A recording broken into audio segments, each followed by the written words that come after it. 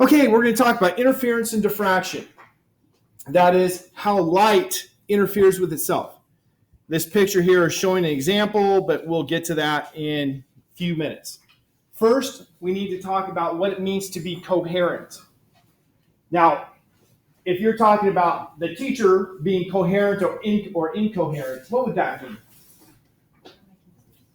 Okay, if it makes sense or if it doesn't make sense. It's a similar thing when we talk about light being coherent or incoherent. If the light is coherent, then it is consistent with itself. If it's incoherent, it's not. And we deal with this talking about the word phase.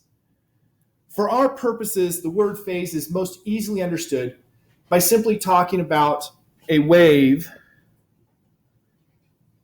and saying the phase is the time when I have the peak here. So if I have that wave and I have another wave and its peak occurs the same place and time, then I say they're in phase. If not, if I have something that's like this, well, I meant to make it so this was the same place. That would be perfectly out of phase. Out of phase because when one's a maximum, the other's an opposite maximum. And something in between is still out of phase, just not perfectly out of phase. If something is coherent, you're going to have it having a fixed phase relationship. Even if it's, this one's maximum, this one's minimum, so they're out of phase. If it stays with that fixed relationship, that's going to be coherent. So here's example of coherent light. And you see this one here, your fixed phase relationships follow something like that. This one here, they're the more standard like that. But you have a fixed phase relationship.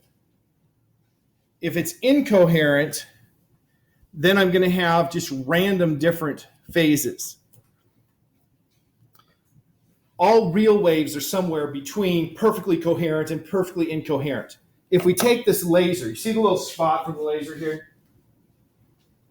The laser is putting out light, and we in physics tend to say the laser is putting out coherent light.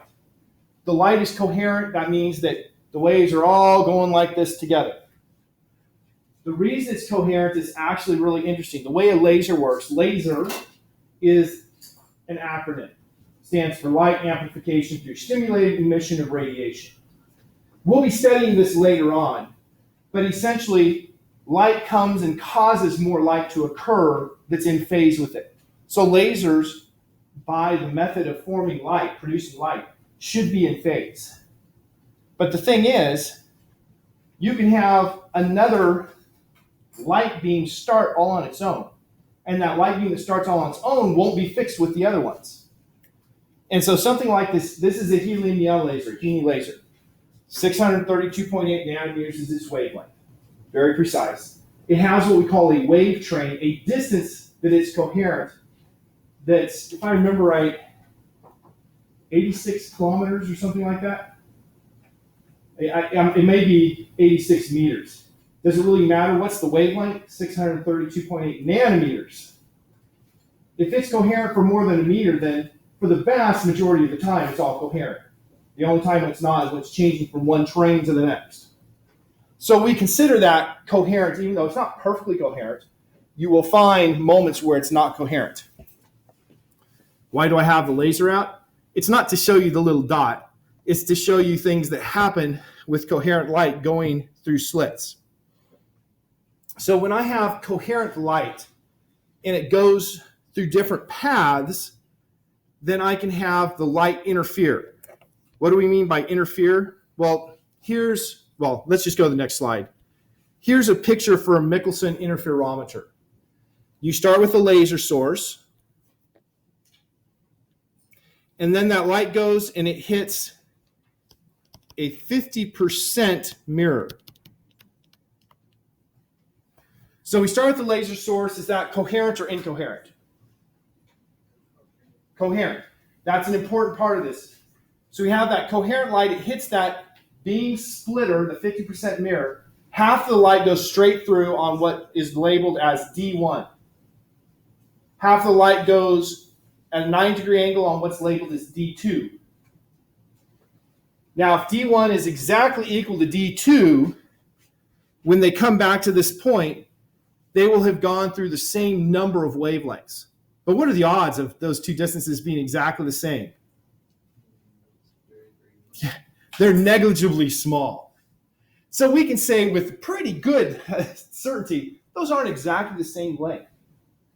And so when they come together, it's coherent. So we're still going to have a fixed relationship, but one might have its peak here and one have its peak here.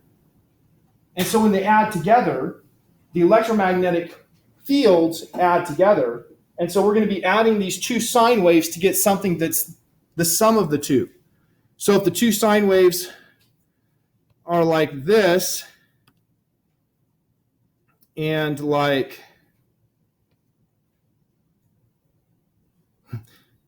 that's my best to make their peaks just a little bit off.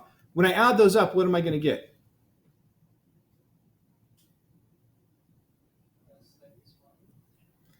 Well, I'm going to get a sine wave that has its peak midway between where those two had the peak. And it's going to be smaller than it would have been if they had been right on top of each other. So if they'd been right on top of each other, if I had had the two waves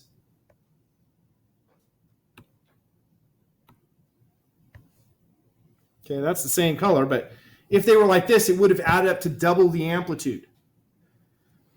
But in this case, it didn't quite double the amplitude, so it's smaller. So this here, if they're exactly in phase, then we have maximum amplitude. And we call this constructive. And what would it be if they were exactly out of phase? Then it would add up to 0 and it'd be destructive. And this here would be partially constructive, the one that we had initially, which I believe is what Gabriel said. So how is this useful? Well, here is a simple example, an experiment that if we had a Michelson interferometer, we ourselves could do. You have in one of those paths, so it's not shown, I'll have to draw it in, you have a little cavity that's transparent. And in that cavity, you have air. Okay, there's no perspective in that square, but I'm just going to go with it. So you have air in that cavity. And then we're going to suck the air out. Does light go the same speed faster or slower in vacuum compared to air? Which one is it? Goes faster in vacuum. So light goes faster in vacuum. If the light goes faster in vacuum, then that means the wavelength is going to be longer because the frequency has to stay the same. The frequency can't change. If frequency could change when you went from one material to another, then, well, you'd have a discontinuity problem. And since frequency is equal to the speed over the wavelength, equals c over n lambda, then we see that when the speed changes or the index of refraction changes, the wavelength is going to change. So when it goes through that path, the wavelength gets longer. And so you're going to have a smaller number of wavelengths that have been completed for the light that goes through the cavity after you suck out the air. And so the goal of this problem is to calculate what the index of refraction is. Now, going through more information, it went from bright to dark and back 274 times. When the light on your screen is bright, what kind of interference are we getting? Constructive. When it's dark, what kind? Destructive. How much do you have to shift wavelength to go from light to dark to light again? From constructive to destructive, back to constructive. Or actually, I should have said shift the wavelength, shift the phase. How many wavelengths do you have to shift the phase? Right, if I have something like this, how much do I have to shift it to go from constructed to constructed again? 1. So that means the number of wavelengths difference is that 274 times. So we can look at this and we can say, okay, this cavity is 30 centimeters long. The light went through it once and then back the second time. So it went through it twice. So the effective distance, I have to add another page. I'll do that while I'm talking here, maybe. As we know, this doesn't work the first time. You guys have all figured that out now, right?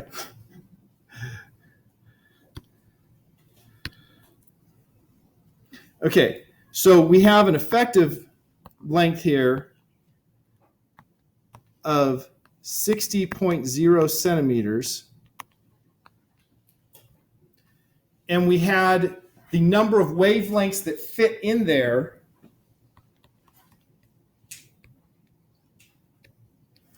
And it crashed. Come on. The number of wavelengths, I just clicked the wrong button. So what happens when you try to be quick? Okay, almost there. Shifted by 274. Sorry about that non-public school funding thing.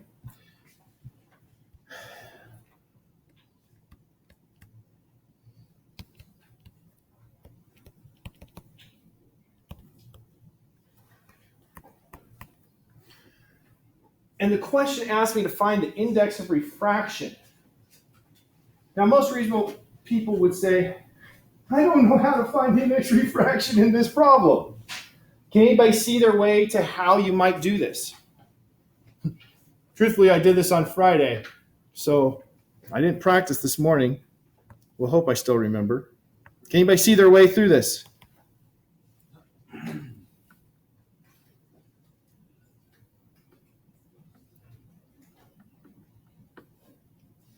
No ideas? Okay, then I'll start with, okay, go ahead. Well, I would use, I think I need two more equations, 2 equations to solve this. Well, tell me what you need. The equation of frequency equals C over lambda n. That's the second one I'm still trying to figure out. Okay, the other one is not one you're going to find anywhere. It's one you have to logically make. The number of wavelengths in the cavity, how can I calculate the number of wavelengths in the cavity? Should be divided by the wavelength. So I have N air is equal to the length over the wavelength in air. And come on, N vacuum is equal to that same length divided by the wavelength in vacuum. And then we know that N air minus N vacuum is equal to 274. Right? The number of wavelengths that are in there when it's in air is 274 more than when it's in vacuum. So now I have everything I need. I'll take this equation, solve it for 1 over lambda is equal to Fn over C. And so this is equal to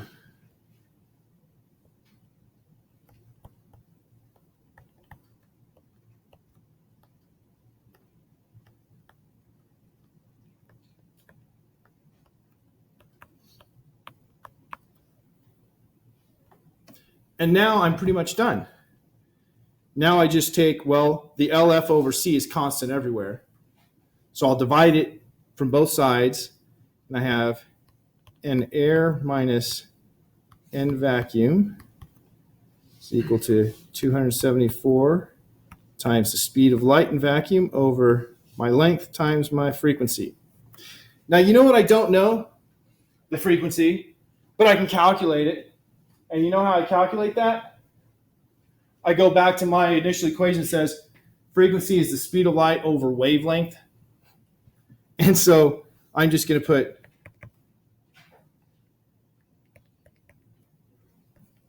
it's technically over the wavelength in vacuum. So I'm going to plug that back in. Why am I plugging that back in? Because it makes that there, C over F is lambda.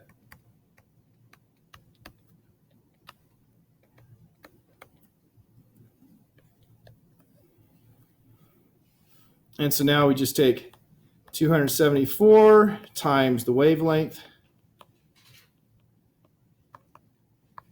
I put in one more digit than they gave us. I think they said 633. And divide by the length of that. And what does that give you?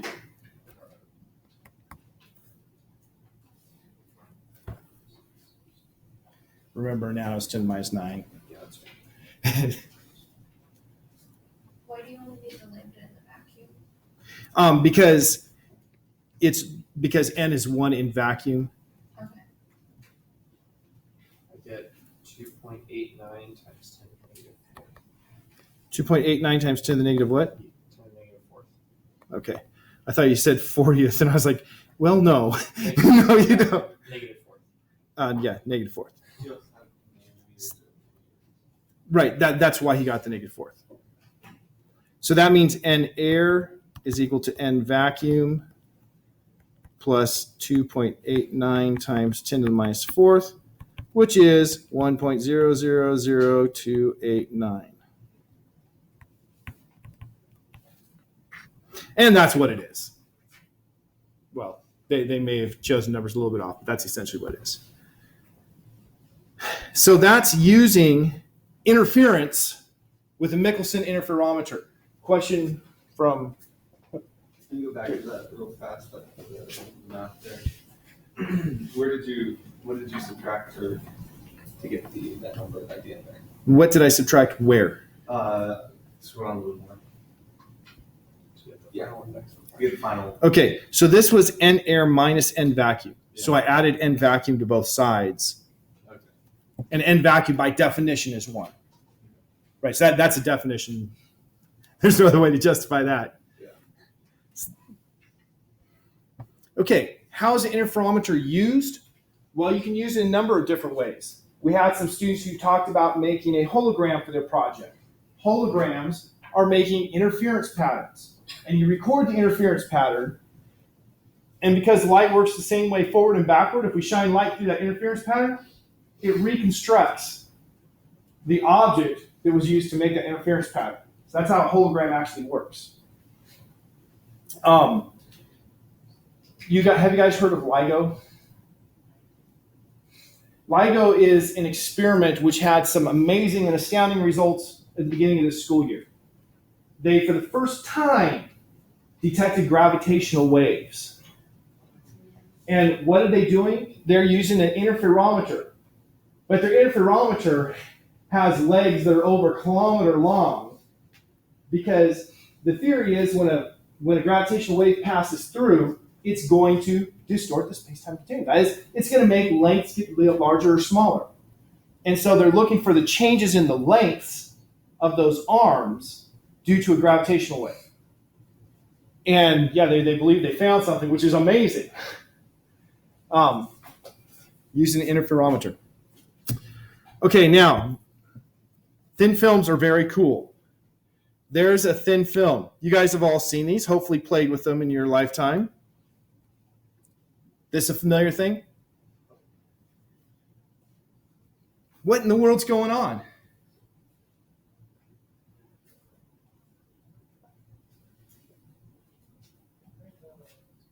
Okay, it's making pretty colors, pretty rainbows. How it's doing it is, of course, by having light interfere. You have light that's coming and hitting this film, and when it hits the film, you have approximately 90% transmitted and approximately 10% reflected at each surface. And so we're looking at this and we have light that was reflected back off of the first surface. That's only 10% of the light. We had 90% that went through. Of that 90%, 10% was reflected back, so that's 9% of the original light. And of that 9% that hits the first surface, 90% is transmitted through, so that's 8.1%. So basically we're seeing, I think I have a picture here, yeah. So we have here, this is 100%, this is 90%, and 10%. 90% times 90% is 81% here, and 10% of 90%, 9% here, 8.1% here, and let's see, 9 times 0.9% here, 0.81% here, and so on. So the light is doing this back and forth thing. And the only place where we see similar intensity between rays on the same side is over here. Right? Those are of similar intensity. So when I have those two interfere, I'm going to see a significant variation. So the light comes into this, and depending on the color of light, you'll have a different number of wavelengths that go through. And if these two are in phase, what's the situation for in phase? The what? Okay, in phase gives you constructive interference. And we need to have a way to talk about if it's in phase or not. So there are two ways that we relate these. And I often actually get them crossed over. So I tried hard to not cross them over this time. One is to talk about the change in phase angle. This is the Greek symbol phi or phi or phi. It's the Greek symbol for F, standing for phase here. So that delta phi is the phase difference between the two waves. And if they're in phase, what would so we have something that's sine of kx minus omega t plus phi. What value for delta phi would be no change? Like if I go from a phi of 0, what would the next angle be that has no change in the outcome here? 2 pi. So if delta phi is equal to some integer multiple of 2 pi radians, then it's in phase. And we get constructive interference.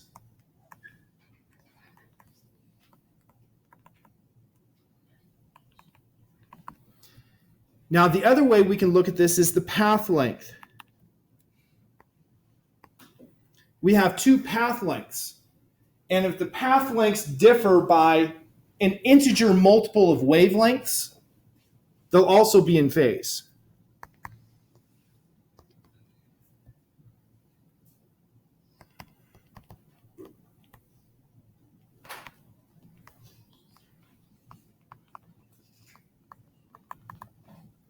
And neither one of these is absolutely perfect for our derivation. The path length one is the one that feels better to me. But there's one thing you have to do with the path length one. When you go from air we're going to treat like vacuum. Why are we going to treat air like vacuum? Because the difference was 4.89 times 10 to the minus 4. 2.89 times 10 to the minus 4, yeah. So it's very close to vacuum in its index of refraction. So we'll just treat it as vacuum. But when it goes into water, assuming that film is water, then the index refraction is 4/3. And because we have that bigger index refraction, what happens to the wavelength of the light? It's shortened. And so that means the optical path length, the delta L, is going to have to take into account that the wavelength got shorter. So now if we look at this, I can talk about, okay, I have a thickness T that it had to go through. How many wavelengths did it have to go through to go from one side to the other?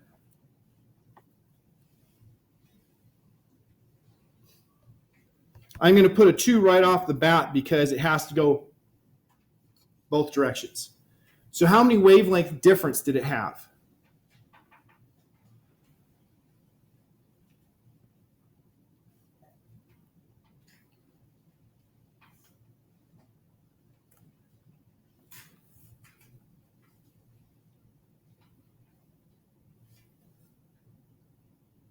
This would go back to the derivation we just did. We did how many wavelengths were inside of that container. What do we have? It was the thickness, which we had used L in the previous one, divided by the wavelength in that material, which was lambda over n. Let me put it like that so it's clear. This is the wavelength in the material, lambda over n.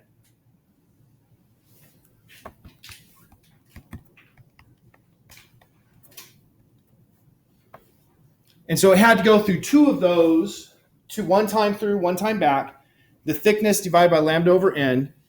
And then, of course, I have to, if you look at this right now, what does it have for units? Unitless. Then I have to multiply it by the wavelength in vacuum here. And this was actually the same lambda odds. And so that's 2Tn when you're all said and done. So that's the phase difference for going through that thickness T 2 times. Now, anybody want to point out the mistake I made? I mean, I did it knowingly, and it's something we always do in this calculation.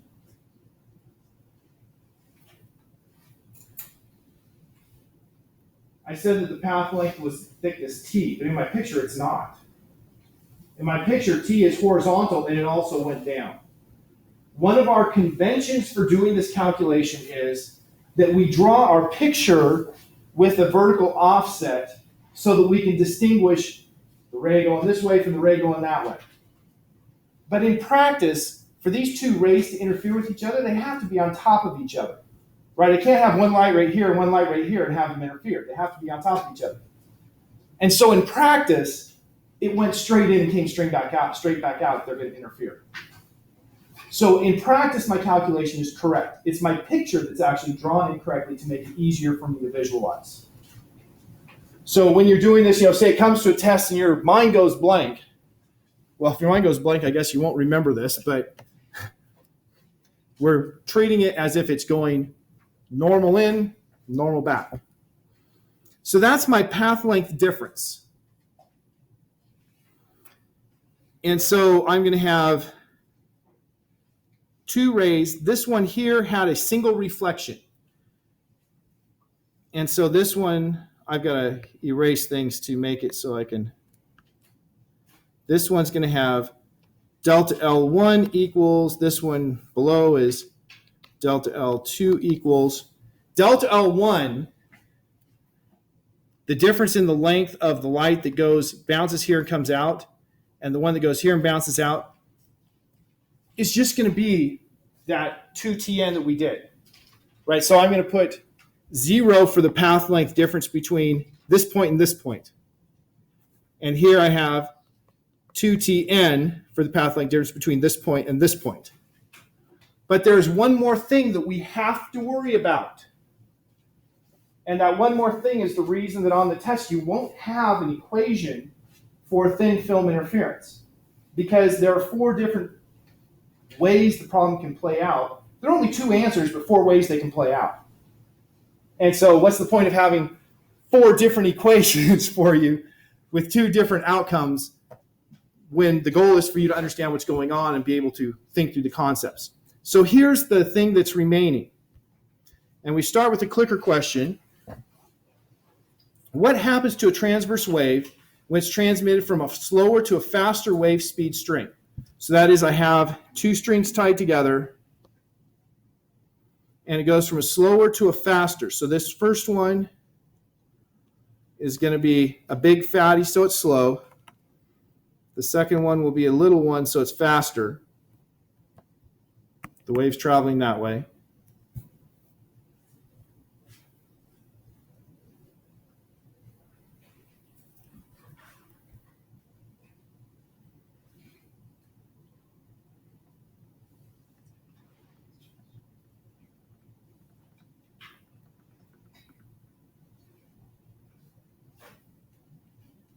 And I believe this is one where you answer multiple and then hit enter. Is that correct? Yeah. Actually, now there's enough answers I can say, yeah, definitely correct.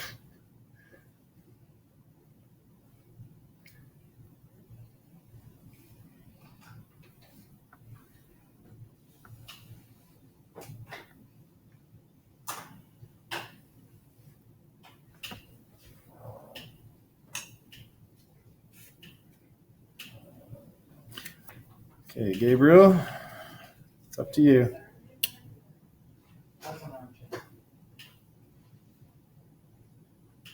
There we go. Okay, now we had 0 people that said nothing. 13 that said shortened, 7 that said lengthened, 15 that said frequency increases, 1 that said decreases, and 6 that said the wave has a phase inversion, which means 180-degree phase shift, or pi radians. Now, I will warn you, there's a lot of wrong answers here.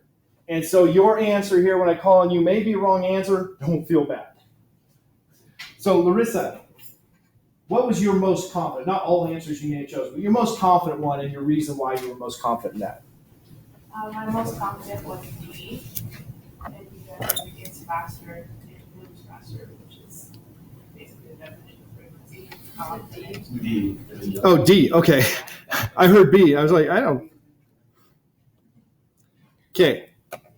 So today is first day of spring, the 28th.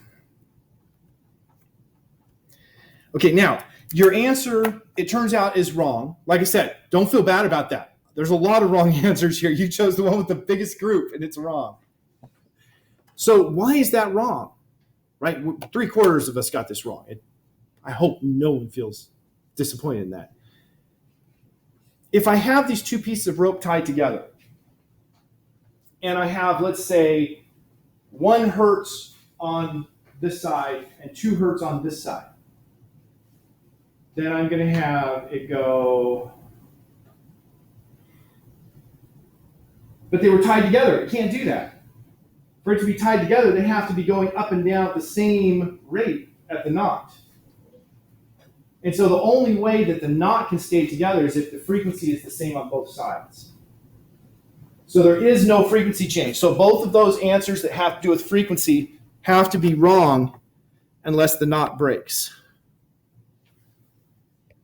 So that rules out 16 of 21. There are only 5 people who didn't choose one of those. So once again, hopefully you don't feel bad. Now, if you're one of those 5, I suppose you're probably secretly gloating. Let's go to another person.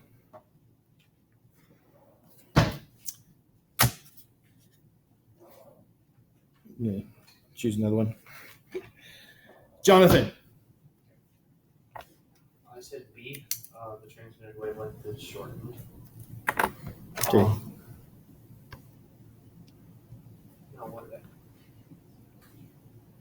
Now that I think about it, isn't C the correct answer? Because it's like it'll be going up and down at the same rate, but because the wave is moving along it faster, then it'll be how do I say it? Like bigger troughs and bigger maxima. I don't know how to put that, but Okay, putting it into equation form, because for me, clearly that's the quickest way for me to understand it. Wavelength is the speed divided by frequency. The frequency can't change. I'm actually very glad that that was what Larissa chose, because you have to establish that before you can go on. So since the frequency can't change, then the wavelength is proportional to the speed. So if we go into something that's faster, it's going to have to be longer wavelength. So that was correct. So good thinking on the analysis there. And we'll stop there. You know why? There's only one correct answer in this one. That's it. Obviously, if C happens, then it can't be nothing. And for the transmitted wave, it's in phase. So this brings us to question 2. What happens to a transverse wave when it is reflected from a string with a faster wave speed?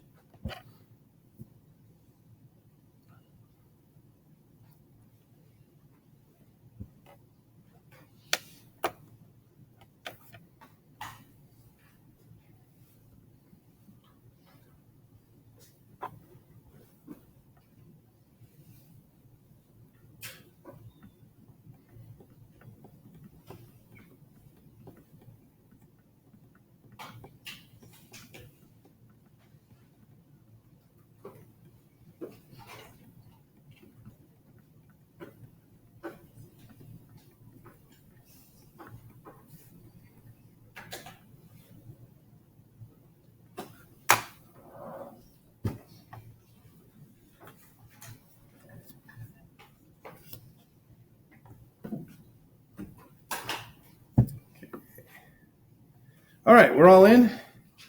And we got 1, 4, that's 14.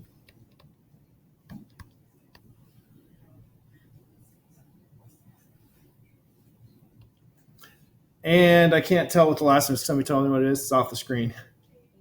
8. All right, Megan, you want to take a shot at this?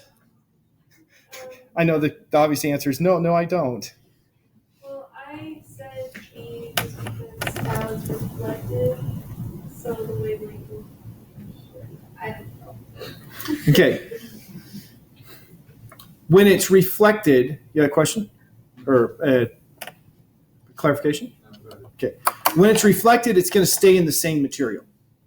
So the speed isn't changing. And if the frequency stays the same and the speed stays the same, what's going to happen to the wavelength? It has to stay the same. So it can't be either of those because the wavelength can't change because you have the same frequency and the same medium. Then we have, and I don't want to prolong this anymore since I only have 10 more minutes. I've got all my demonstrations. So the frequency doesn't change because we're in the same medium, and most people got that. So it's down to nothing or a phase shift. So now we just think to what we learned about ropes. And if we have it hitting a slower medium, you have an inversion. But if it's hitting a faster, it has no inversion. So if it reflects off of a faster medium, no inversion. Off of a slower, there's inversion. So here, it reflected from a string with a faster medium, no inversion. So what was the correct answer? So whoever answered A, that one brave soul, good job. It's a good thing that this was stuff from first semester. We had covered this, but it's been a while. So now let's come back to this analysis. I'm not done because I have to analyze my reflections. For the first ray, it bounced off. It goes from n equals 1 to n equals 4/3. Did it bounce off of a faster or a slower? Bounce off a slower. What did that mean in terms of phase?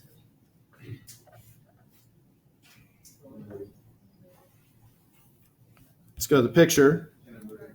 It inverted. How do we indicate the inversion here? If I'm doing the path length, an inversion means you shifted by a half wavelength. If I'm doing the angles, it would be by pi radians. So I'm going to put plus 1/2 wavelength. That plus 1/2 wavelength is because of the inversion on the reflection. Now I go to this reflection, going from slower to faster. Now it didn't go into the faster, reflected off of it. What do I have there? None. Now you can see why there are 4 different variations. I could have a 1/2 wavelength shift on both of these, depending on what is on the other side. That would give me plus a 1/2 wavelength to both.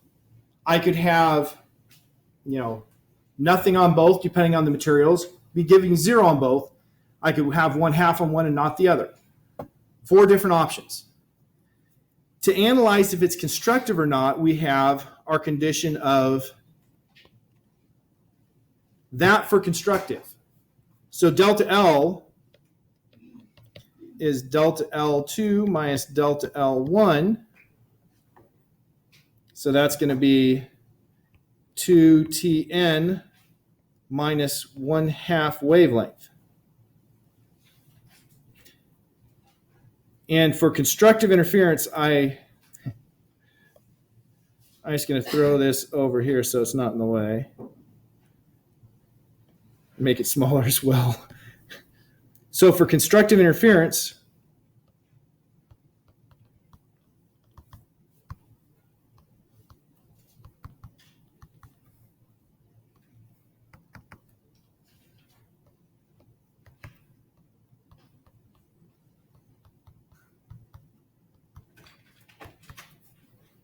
now I'll just solve this for the thickness that will give me constructive interference. So solving for the thickness, 2Tn is equal to lambda times m plus 1/2. So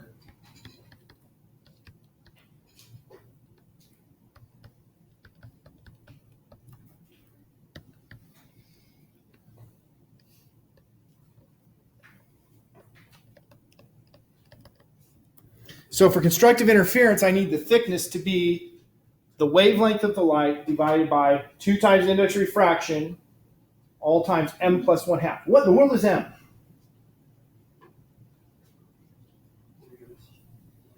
M is any random integer, because up here I said it has to be a multiple of a wavelength difference. 1 wavelength, 2 wavelengths, 3 wavelengths. It's all the same.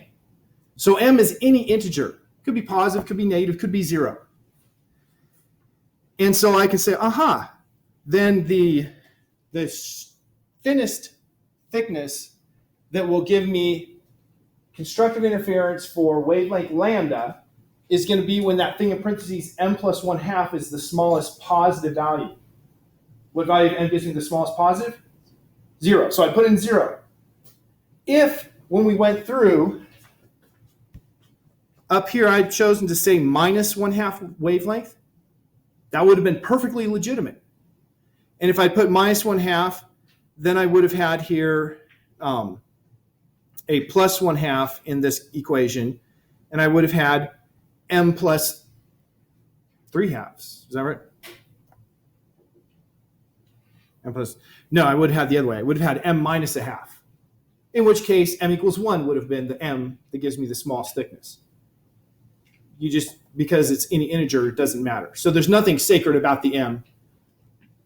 And so there are different thicknesses that will give me constructive interference for each color. Likewise, if I want to do destructive, for destructive interference, what should my change in path length be? How much? 1/2 wavelength. So I'm going to have 1/2 wavelength, but then I need to have plus m wavelengths because I could have 1/2, 3/2, 5/2. Or as we usually write this, wavelength times m plus 1/2. So going through the same work, delta L is equal to 2Tn minus 1/2 lambda is equal to lambda times m plus 1/2. Solve that for thickness. Notice I add 1/2 lambda to both sides. 1/2 plus 1/2 is 1. Hey.